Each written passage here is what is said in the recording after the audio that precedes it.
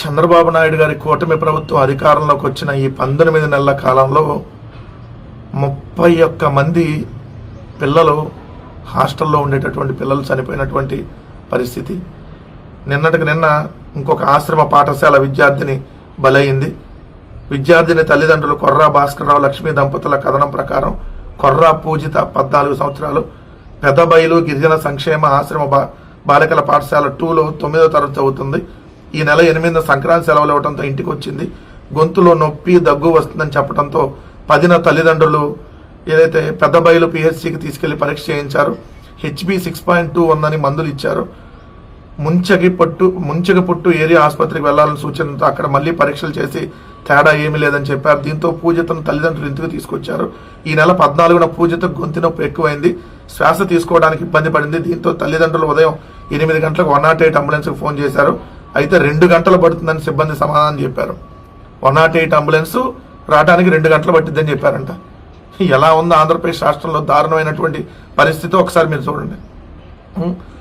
తర్వాత దీంతో ఎంపీటీసీ ద్వారా తల్లిదండ్రులు 108కి ఫోన్ చేస్తే గంటలు వస్తామని సిబ్బంది బదిలిచ్చారు. ఎంతకు 108 రాకపోవడంతో ఆటోలో 8 కిలోమీటర్ల దూరంలో ఉన్న పెద్దబైలు పిహెచ్సికి వెళ్లారు.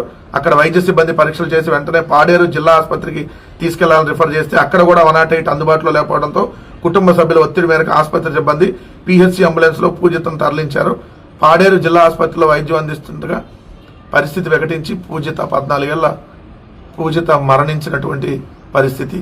ఓ పక్క అంబులెన్సులు సకాలంలో రాలేదు, ఇంకొక పక్క అక్కడ పాఠశాలలోనే అమ్మాయికి ఆరోగ్యం క్షీణించేటటువంటి పరిస్థితి. ఎందుకంటే సరైనటువంటి తాగునీరు అక్కడ ఉండట్లేదు, కలుషితమైనటువంటి నీరు తాగుతా ఉన్నారనేది మనం చూస్తూనే ఉన్నాం. ఈ ప్రభుత్వం వచ్చిన 19 నెలల్లో 31వ విద్యార్థులు మరణించారు. 31 మంది. ఇది 31వ మరణం. ప్రభుత్వ మరణాలు ఇవన్నీ, ప్రభుత్వ హత్యలు. చిన్న పిల్లలను పొట్టన పెట్టుకుంటా ఉన్నారు. కనీసం ఇప్పటికైనా చర్యలు తీసుకోండి, ఇంకా మిగిలిన పిల్లలు చనిపోకుండా. 19 నెలల్లో 31 మంది పిల్లలు చనిపోవటం ఏందండి? ప్రభుత్వ స్కూల్లో చదివేటటువంటి పిల్లలు, ప్రభుత్వ హాస్టల్లో ఉండేటటువంటి పిల్లలు. ఎంత దారుణమైనటువంటి పరిస్థితి ఆంధ్రప్రదేశ్ రాష్ట్రంలో ఉందో చూడండి. 3,03,000 కోట్లు అప్పులు చేశారు ఇప్పుడు వరకు.